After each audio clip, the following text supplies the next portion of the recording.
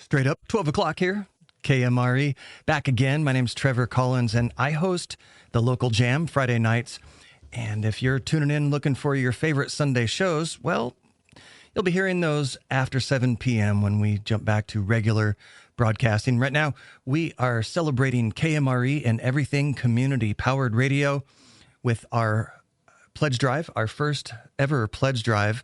And we would love to have your support. Give us a phone call, 360-398-6150, or go online, kmre.org. You can pay with a credit card or with a debit card.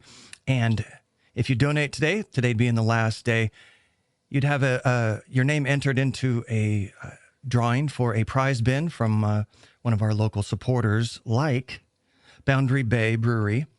Boundary Bay is a beloved landmark blending craft beer excellence with our community spirit.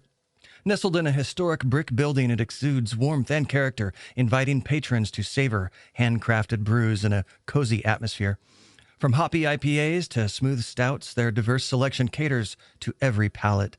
Beyond beer, Boundary Bay is a gathering place where locals and visitors come together to enjoy live music, hearty pub fare, and lively conversation. With its commitment to sustainability and local sourcing, Boundary Bay Brewery is not just a brewery, it's a cornerstone of Bellingham's culture and community. And joining me now is Kevin Coleman.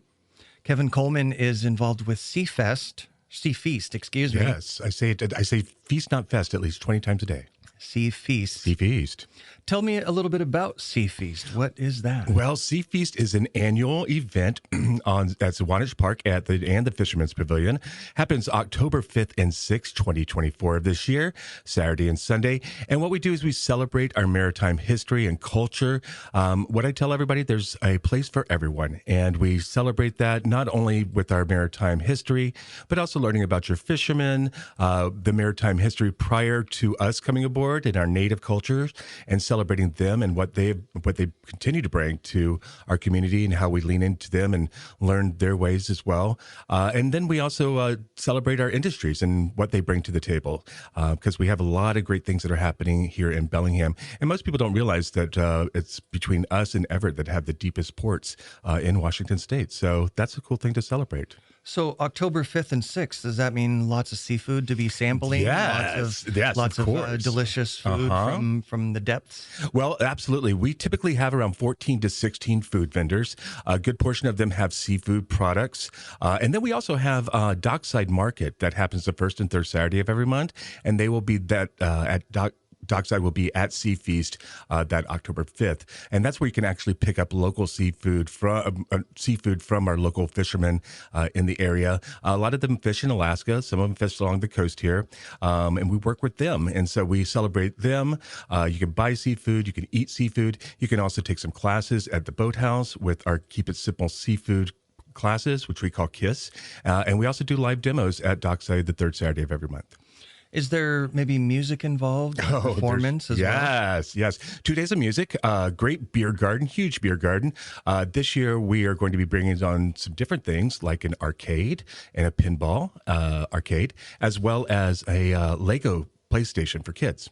Excellent. And again, that's at the Waterfront in Bellingham. That's correct. October 5th and 6th. That's the Seafeast. That is right. How long has this been going on? This is our 8th year, and I just now celebrating my 2nd year with it as the executive director. And we have a lot of great things that are going on just year round now with our Boat to Table program, our Keep It Simple Seafood program, and then, of course, the Seafeast weekend. Excellent. Yeah. Really glad to hear about that. I was not aware of this, and I'm going to have to mark it on my calendar and make sure I go. Absolutely. Tell me a little bit about what community means to you, not just as the executive director of Seafeast, but in general. You're from this area? I'm originally from the East Coast. I married my husband, and he's originally from Ferndale, and so we moved here when we adopted our boys and made this our home. And I cannot imagine living in another place. This is my home. This is my community.